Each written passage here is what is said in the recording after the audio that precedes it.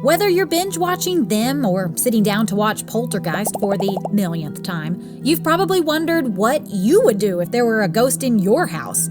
Sure, ghosts can provide some great dinnertime entertainment, but there are some downsides to having the supernatural as a roommate. How do you know if Carol Ann is about to announce, "They're here"? You're about to find out. This is 10 Signs a Ghost is in Your House. Quick reminder, make sure you subscribe and hit the bell so you can receive our new video notifications. At this point, we've all seen The Sixth Sense. If you were paying attention, like we were, then you would have realized that this movie isn't just entertainment. It was a how-to manual when it came to detecting the presence of ghosts. Before we found out Bruce Willis was actually a ghost himself, spoiler, we learned that the temperature drops right before an unwanted guest appears. Remember when poor little Cole made a mad dash to the restroom only to have the thermostat drop and he knew something was up because he could see his breath? Sure, some people say that's an extreme since the temperature wouldn't necessarily drop quite that low, but that's not the point. The point here is that these creepy entities come into our homes not only to scare the hell out of us, but to raise our heating bill too. The reason for the drop in temperature is easily explained. Doug Hoggett Jr., founder of Jersey Unique Minds Paranormal Society, said, in theory, spirits use up any existing energy in the atmosphere when attempting to manifest themselves. Often ghosts pull energy, namely heat, from our environment. So basically, not only are they rude by being unwanted guests, they're heat suckers, which means now you get to be scared and cold. Rude. Your pet may be more than just a great companion. They can also be your first warning sign that a ghost has come to visit. If your pet is attracted to a particular spot in your place or reacting to what seems to be nothing, chances are you have a ghost guest. Hi? Animals are known for being able to detect sights, sounds, and smells that to us seem invisible. Heck, our fur friends have even been known to predict earthquakes, tsunamis, and other natural phenomenon by detecting the shift in their surrounding energy. So it should come as no surprise that they can pick up on the paranormal, since we just learned that they require a lot of energy. So the next time your dog is barking at what seems to be nothing, just know it's probably barking at a ghost, and that it's time to move. Well, I guess it's time to move again. If you're like us, chances are that you've walked into a room and wondered, how the heck something that was once sitting here is now over there? Unexplained physical shifts in your home is another way to identify a haunting. People who know about the paranormal world often chuckle at this because according to them, it isn't often that a ghost can muster up enough energy to actually move an object. Well, we're no dummies. We all saw Patrick Swayze master the skill. Sure, it took some practice, but he did it! P.S. Make sure to find a partner that will give up going to heaven long enough to move a penny. Give me a penny, quick.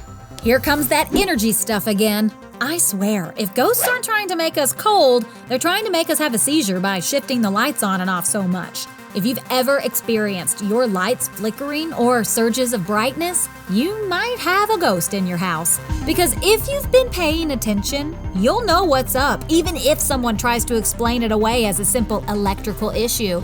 Got some electrical problems as well here. Don't believe them.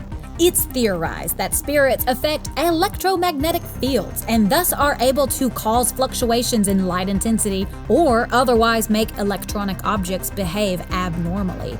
Of course, there are logical explanations for this phenomena, so it's best not to jump to conclusions in these situations.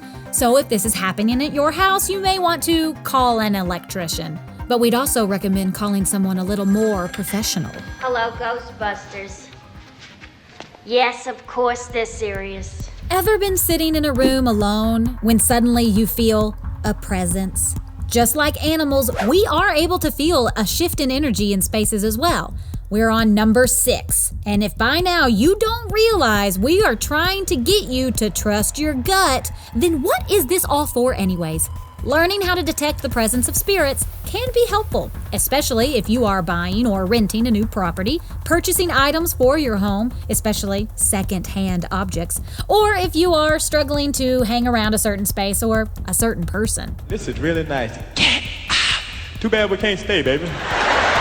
If you're not as dramatic as we are, and you don't mind living with a ghost, then there are ways to tell if a ghost is friendly or not.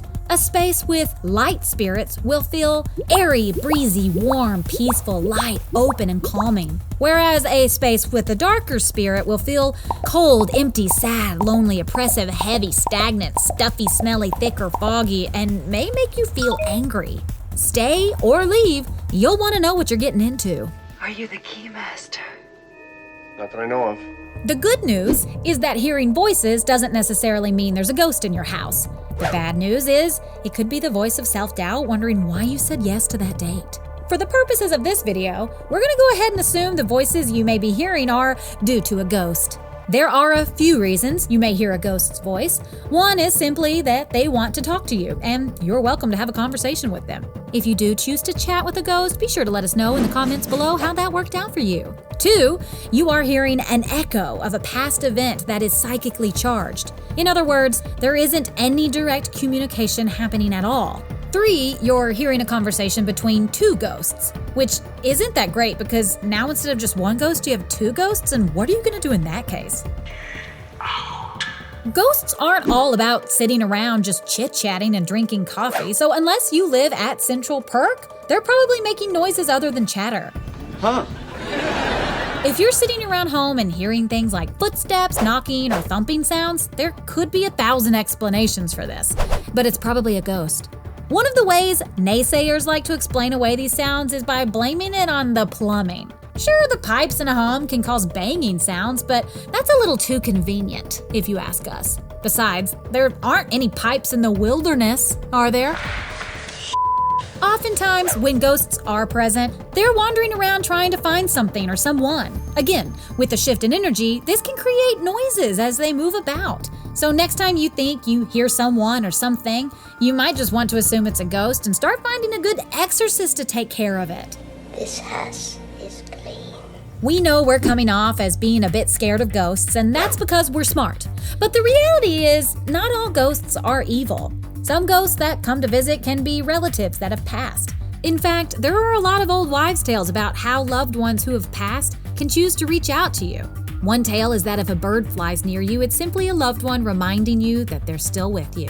You know, like the poor woman taking a little simple boat ride in the movie The Birds and the Seagull Attacked Her. Okay, maybe not that bad, but you never know. Sometimes smells, unnatural ones like sulfur, tobacco, or perfume can be a sign of a spiritual presence. Some ghosts give off scents from their former lives even. So if Grandpa smoked a pipe and he decides to come for a visit from the afterlife, you may find yourself having the smell of his tobacco in your home. Listen. You smell something? Here's some real bullshit. Did you know that the veil between reality and the afterlife is the thinnest between 3 a.m. and 5 a.m.? Oh boy, 3 a.m. Well, neither did we until we did a little research. And by research, we mean reading several articles by people whose job it is to study the supernatural. Several experts agree that apparently ghosts can just pass through this veil all willy-nilly like during these times and just casually, ready for this, nudge you. That's right, a ghost can pass right on through to the other side and give you a good old nudge and wake you up. Okay, so we're not fans of this little tidbit of information because as far as we're concerned, there isn't that big of a difference between a little nudge and an all-out grab. All of these little hints and clues that we just went over are pretty good signs you may have a ghost in your home, but let's face it, the sure sign that there's a ghost in your house is if and when you see one. I see dead people. There are some people out there that think seeing a ghost could be pretty cool. We are not some of those people, and we'll tell you why. You see, some ghosts can appear all nice and sweet, and then they'll turn on you. Remember when the Ghostbusters crew encountered the librarian ghost? She looked all sweet and innocent until Ray had a bright idea to yell grab her and then run her way. Well, then she turned into a creepy, crazy demonic figure. Sure, the guys yelled get her and ran towards her, but she still turned into something crazy scary, so she had it in her to do so. Seeing a ghost can be upsetting, but there are people out there that just have learned to live with them. By ignoring it, the image has even disappeared over time. But that's your call. For us, we'll go ahead and steer clear of ghosts whenever possible. And there you have it. Are there any clues there may be a ghost in your home that we missed? Let us know in the comments section below. Have you ever encountered a ghost in your home? Make sure to let us know that too. And as always, like, share, and subscribe. And be sure to check back next time to find out what else needs to be ranked.